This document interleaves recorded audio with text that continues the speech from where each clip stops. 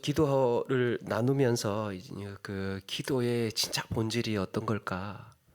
기도가 갖는 의미를 그렇게 이제 조금씩 알아가고 있습니다. 우리 지난 시간에 말씀드린 바와 같이 기도는 알지 못하는 막연한 대상에게 보내는 그런 호소가 아니고 또 반복적인 주문이라든지 뭔가 특별한 방식, 특별한 자세로 신과의 소통을 시도하는 것도 아니다라고 했습니다. 기도는 하나님이라는 분명한 대상이 존재하고 하나님은 성경을 통해서 자기를 분명하게 알리셨습니다. 이렇게 하나님께서 찾아오시고 자기를 알리심으로 인해서 우리는 하나님께 기도할 수 있게 됩니다. 따라서 기도는 본능을 넘어서 하나님의 은혜고 선물이다. 그렇다면 하나님은 어떻게 우리가 하나님께 기도할 수 있도록 어떻게 길을 열어 놓으신 걸까? 기도의 대상이신 하나님과 교제하고 대화를 나눈다는 건 우리에게 어떤 의미가 있을까? 같이 또 나눠보려고 합니다. 그 교리적으로 배워왔던 기도의 절차가 있죠. 여러분들도 아시는지 아마도 들어서 알고 계실 거라고 생각되는데, 교리적으로 배웠던 기도의 절차는요, 성자이신 예수 그리스도를 통해서 그다음에 성령 안에서 하나님 아버지께 기도하는 거예요. 그러니까 우리의 기도를 최종적으로 받으시는 분은 하나님 아버지. 그런데 여기에 여러분, 우리가 한 가지 전제를 잊지 말아야 하는 것이 있습니다. 전제가 있어요.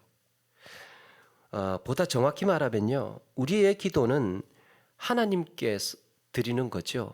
다시 말하면 삼위 하나님께 기도를 드리는 거예요. 마치 예수님께서 기도의 통로, 기도의 전달자로만 이해해서는 안 된다는 겁니다. 성령 하나님도 성령께서 우리에게 감동을 주시고 우리에게 간절히 그 간절함을 부추기고 기도를 돕는 존재로만 알아서는 안 된다는 거예요. 그 성령 예수님을 통해서 아버지께로, 그러니까 최종적인 궁극적인 목적은 하나님의 아버지다, 이렇게만 이해하시면 안 된다. 그래서 성부 하나님뿐만 아니라 성자, 성령 이 삼위 하나님이 내 기도의 대상이라는 것을, 그 이해를 가져야 된다라는 겁니다. 다만 이제 교리적으로 설명을 하여야 하니까, 또 논리적으로 이걸 풀어서 이야기를 하자면 예수님을 통해서 성령 안에서 하나님 아버지께 이르게 한다라고 설명을 하지만, 전제가 바로 삼위 하나님, 삼위일체 하나님께서 우리의 기도를 들으시는 대상이다라는 겁니다. 앞에서 말했듯이 마치 역할 분담하듯이 통로가 되시는 분 따로 계시고, 감동케 하시는 분 따로 계시고, 소원 들어주시는 분 따로 계시다고 한다면, 이거는 하나님을 세 분으로 나누는 잘못하면 모순에 빠지게 되는 겁니다. 이 통로가 따로 있고, 이 감동케 하시는 분 따로 있고, 그래서 하나님은 내 기도를 받으시는 대상이기도 하지만 한편으로는 누구보다도 내 마음을 잘 이해하시는 분이고, 나를 위해 인격적으로 탄식하시고 또 기도를 이끌어 주시고 기도의 통로가 되어 주시는 분이다라는, 이것을 한꺼번에 같이 보아야 하나님에 대한 더 인격적인 이해를 할 수 있다라는 거예요.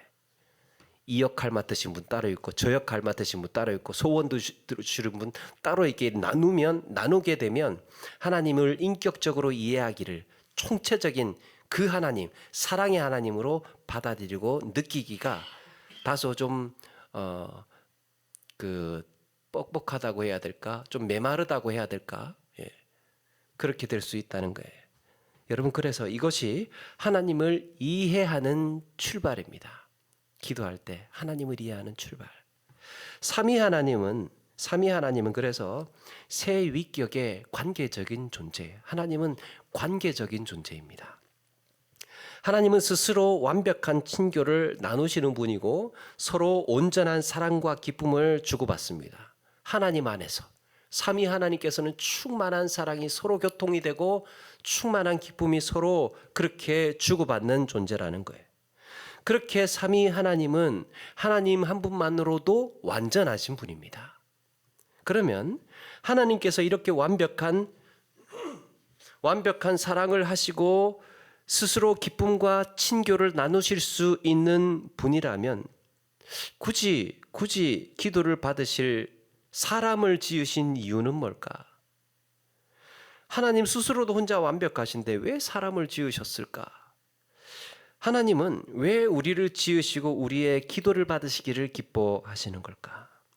저는 이것이 우리가 하나님께 기도하는 가장 원초적인 동기라고 생각합니다. 우리를 지으신 이유. 미국의 신학자 조나단 에드워즈는 창조주께서 인간을 지으신 이유에 대해서 이런 말을 합니다. 하나님의 뜻은 이런 기쁨과 사랑을 나누시는 데 있다. 하나님의 이런 완벽한 사랑과 기쁨과 행복이 흐르고 넘쳐서 세상을 지으신 거예요.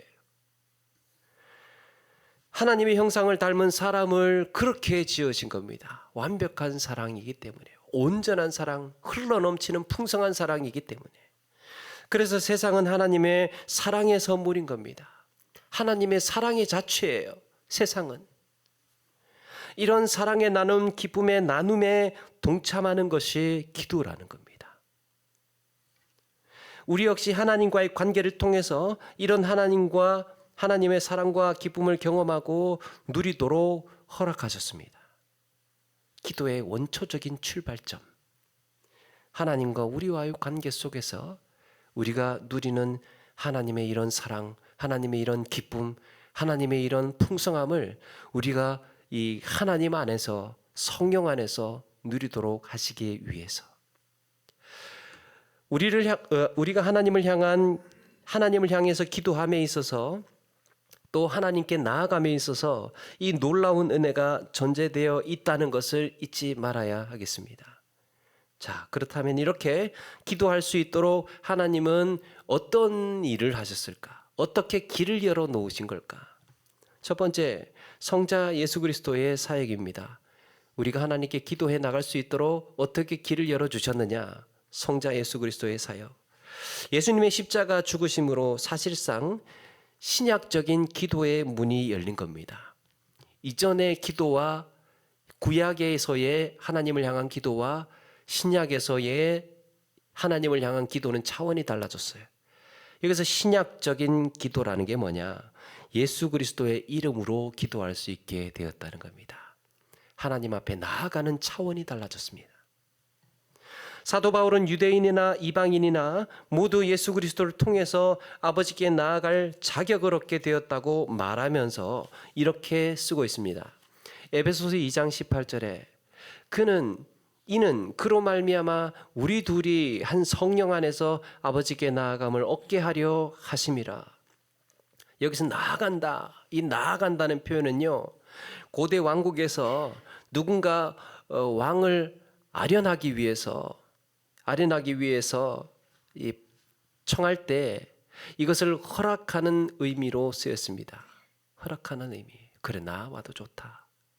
아무리 사정이 급하다고 닥치는 대로 급한 대로 막무가내로 왕에게 뛰쳐들어가면 어떻게 됩니까? 그랬다가는 목숨을 잃게 되죠. 최소한 감옥에 갇히게 됩니다. 왕에게 함부로 접근할 수 없어요. 함부로 뛰어들어갈 수 없습니다. 그런데 우리 주님께서 그 죗값을 치르시고 하나님 앞에 이렇게 나아가도록 허락을 받아내신 거예요. 예수 그리스도를 통해서 주님 앞에 나아갈 수 있는, 여러분, 예수님께서 하나님께 기도하실 때 매번 아버지라고 했어요. 기도하실 때 매번 아버지라고 하시다가요, 딱 한 번 하나님을 아버지라 부르지 않고 기도하신 유일한 순간이 있습니다. 그게 언제입니까? 바로 십자가에 달리셨을 때. 나의 하나님, 어찌하여 나를 버리셨나이까? 그 순간만큼은 아버지와 아들과의 관계를 포기하셨고 대속의 제물이 되셨습니다. 아버지도 이에 침묵하셨고 끝내 죄인으로 버려졌습니다. 그 덕분에 주님의 부활을 믿는 우리도 아버지라 부를 수 있는 영예를 얻었습니다. 예수님께서 가르치신 기도의 값이, 기도값이 엄청나지 않습니까? 예수님께서 우리에게 주신 기도 값어치가 이만큼이에요. 그래서 우리가 주님 앞에 기도하며 나아갈 수 있게 된 것은 그만큼 값어치 있는 대가를 치르셨다는 겁니다. 두 번째, 성령 하나님의 사역이에요. 기도는 인간이 덕을 쌓고 노력해서 얻은 결과가 아니죠. 하나님이 어떤 분인지 몰랐을 때는, 신을 잘 모를 때는 그냥 그때는 온전한 기도는 아니어도 밑도 끝도 없이 그냥 이거 해달라 저거 해달라 막 그렇게 구할 수 있지 않겠습니까? 누군지 모르니까. 그런데 하나님께서 누군지 알고 난 후에는, 정말 하나님의 정체를 알고 난 후에는요, 그 높으신 권세 앞에 엎드려서 말이라도 할 수 있겠습니까? 입도 뻥긋 제대로 못해요. 하나님에 대한 정체를 제대로 알고 나면. 이거는요, 하나님 앞에서 벌벌 떠는 구약의 인물들을 보면 알 수 있습니다. 땅에 바짝 엎드려가지고 아무 말도 못해. 아무 말도. 그래서 하나님께서 뭐라고 종종 말씀하시느냐? 놀라지 말라, 두려워 말라예요. 하나님께서 그의 백성들 가운데 나타나셨을 때, 아무 말도 하지 못하고 있을 때 놀라지 말라, 두려워 말라. 여러분, 기도를 일종의 대화라고 한다면 무엇보다 중요한 것은 관계죠. 관계. 하나님과 나와의 관계. 어떤 관계인가에 따라서요, 어떤 관계인지에 따라서 나눌 수 있는 대화의 방식과 질이 달라집니다. 관계에 따라서 대화의 이야기의 수위가 달라져요. 기도는 단순히 주인과 종의 관계나 사장님과 직원의 관계나 내가 주고받는 이런 거래라든지 그런 게 아니에요. 부모 자식 간의 대화입니다. 부모 자식 간의 대화. 우리가 하나님께 뭘 맡겨놓고 달라는 게 아니죠. 맡겨놓은 거 없어요. 그저 아버지니까 달려가서 매달리는 어린아이와 같이 그렇게 하나님을 대면하는 겁니다. 아버지니까 나가는 거고, 아버지니까 기도할 수 있는 거고, 아버지니까 달라 할 수 있는 겁니다. 맡겨놓지 않아도. 이렇게 이것이 가능하도록 성령께서 내 안에서 증언하시고 보증이 되시고 기도를 도우시고 부르짖게 하신다는 겁니다. 성령께서. 그래서 로마서 8장 15절 이하에 너희는 양자의 영을 받았으므로 우리가 아빠 아버지라고 부르짖느니라.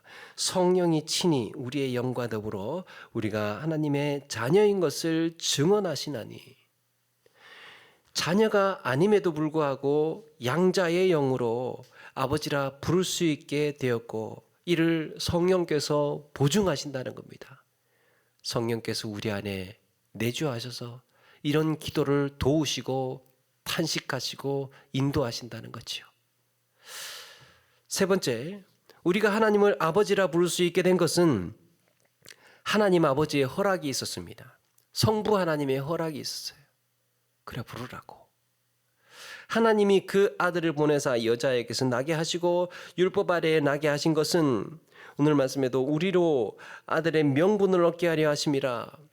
아들의 명분을 얻게 하려고 우리를 그렇게 구원하시고 우리에게 이렇게 은혜를 베푸시고 또 그리스도의 구속 사역으로 우리를 인도하신 겁니다. 사도행전 17장에 가면 사도 바울이요, 아테네를 돌아보다가 엄청난 신들이 즐비해 있는 것을 보게 됩니다.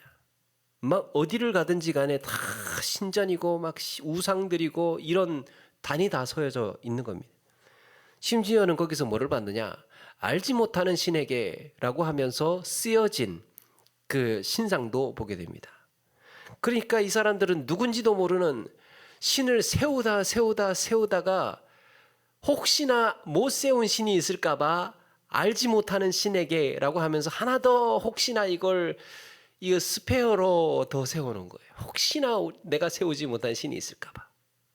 바울은 거기에서 접촉점을 찾습니다. 그래서 사람들을 모아놓고, 그래, 당신들 알지 못하는 신을 그렇게 더듬어 가면서 이렇게까지 만들어 놓지 않았느냐. 그분이 바로 내가 지금 전하려고 하는 하나님이다. 이런 말을 하면서 당시에 아테네 시인 중에 누군가는 우리 모두가 다 이런 신의 아들들이다, 신의 후손이다 라는 표현을 썼다는 거예요. 신의 아들들이다, 그 사람들이. 그러면서 바울이 하는 말이 뭐냐, 당신들이 금이나 은으로 혹은 돌로 이렇게 만들어 놓은 이런 우상들을 신이라고 한다면 우리가 여기에서 나올 수는 없지 않느냐. 이런 금으로 된 우상, 은으로 된 우상, 돌로 만들어진 우상이 신이라고 한다면 우리가 거기에서 나올 수는 없지 않느냐. 금으로 된 것이 어떻게 사람을 창조하고 사람을 내겠느냐. 사람의 손으로 새기고 사람이 만든 신이 어떻게 우리의 아버지가 될 수 있느냐라는 말을 합니다. 여러분, 뭔가 그 최초의 것, 최초의 존재를 가리켜서 아버지라고 부를 때가 많죠. 예를 들면 뭐 철학자의 아버지 탈레스, 또 그 음악의 아버지 바흐, 또 의학의 아버지 히포크라테스, 그렇잖아요. 의학의 아버지, 문학의 아버지 호메로스, 뭐 이렇게 뭔가 최초의 장르를 시작하게 된 그 사람을, 시초를 가리켜서 아버지라고 합니다. 자동차의 아버지 헨리 포드라든지 그렇게 아버지를 붙여요. 이렇게 한 분야의 시초가 된 사람을, 존재를 아버지라고 부릅니다. 그렇다면 우리 하나님도 어떤 의미에서는 이런 의미에서 아버지도 될 수도 있죠. 그런데 여러분, 이런 의미에서 아버지가 아니라 성경에서 우리에게 가르쳐주는 아버지는요, 훨씬 더 관계적이고 훨씬 더 친밀하고 훨씬 더 인격적인 아버지예요. 아버지와 내가 직접적인 관련이 있어요. 아버지와 내가 이런 사연이 있고 역사가 있고 삶이 있습니다. 절망과 시련의 순간에 찾아오시고 때로는 간절한 마음의 위로도 주시고요. 아들의 생명으로 우리의 죄를 사하신 그런 아버지, 우리가 아는 찬양가사처럼 하나님 사랑의 눈으로 어느 때나 바라보시고 그 인자하신 귀로 내 음성에 귀 기울이시는 하나님, 또 내 작은 신음에도 응답하시며 평안과 위로를 주시는 하나님, 우리에게 아버지는 이런 전능자의 사랑과 관심으로 조건 없이 주시는 분인 줄로 믿습니다.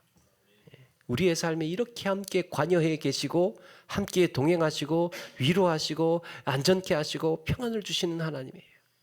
그러니까 앞에서 말한 그런 무슨 누구의 아버지, 철학의 아버지, 그런 아버지와는 차원이 다른 아버지이죠. 내 정말 사랑하는 친밀한 관계 속에서 관계를 맺은 아버지. 여러분, 우리의 기도에 그래서 꼭 기억해야 할 것은요, 꼭 기억해야 할 것은 기도에 있어서 이 뭔가를 얻기 위해서 또 내 필요를 그렇게 구하고 싶어서 그렇게 소원을 아뢰는 대상이 있다는 게 아니에요. 그런 대상이 아니라 그 전에 하나님 아버지라는 존재가 계시다는 점입니다. 그냥 그저 그 아버지라는 존재가 계시다는 거예요. 직장생활이나 사업이나 성공이나 뭔가 꼬여있는 관계의 문제, 얽혀있는 복잡한 삶의 문제를 풀어달라고 하기 전에 내 마음을 아시고 나의 시련에 함께 하시는 하나님 아버지가 계시다는 사실을 기억해야 할 줄로 믿습니다. 조건으로 만나고 뭔가 필요해서 만나고 또 기도의 제목이 있어서 찾아가는 그런 하나님이 아니라 그냥 하나님이라는 그 존재 자체가 나와 관련이 있다는 것이, 나와 이런 친밀한 아버지와 자녀의 관계라는 것이 중요합니다. 내가 기도하는 그 대상이 바로 하나님은 나를 행복하게 하시는 수단이 아니고 그냥 행복 그 자체예요. 하나님이라는 존재가 계시는 것 때문에 하나님과의 관계가 그래서 복인 겁니다. 말씀을 준비하다가 옛날 생각이 났습니다. 제가 중학교 때 종종 하던 일이 생각이 났어요. 아마도 한 중학교 2학년 즈음이었던 것 같은데 그때인 것 같아요. 그때 이제 기타를 좀 칠 줄 알았는데 그 이제 연습을 하려고 집에 혼자 앉아서 책을 펴놓고 옛날에 그 무슨 찬송 송가 같은 거 있잖아요. 그 저희 집에 이제 대중가요백과 이런 게 없으니까 예수 찬미예수 뭐 이런 이제 찬양집이 있었어요. 찬양집 그런 거 이제 펴놓고 이제 부르고 뒤적뒤적하면서 불러요. 사실 뭐 그냥 시간 때우기 하면서 이제 찬양하면서 시간을 보내고 있는데 가끔 그거 붙들고 이렇게 한 장씩 넘기면서 그 서툰 솜씨로 찬양을 부르다 보면 어느 순간 마음이 울컥 겨울 때가 있습니다. 혼자 아무도 없으니까 또 울컥 겨울 때 있습니다. 생각나는 게 저 멀리 배는 나의 시온성 오 거룩한 곳 아버지지 그런 거. 그때 그 무리들이 예수님 진짜 이러면서 막 이제 울컥해가지고 해서 그 찬양을 부르다가 혼자 그렇게 울컥할 때가 있습니다.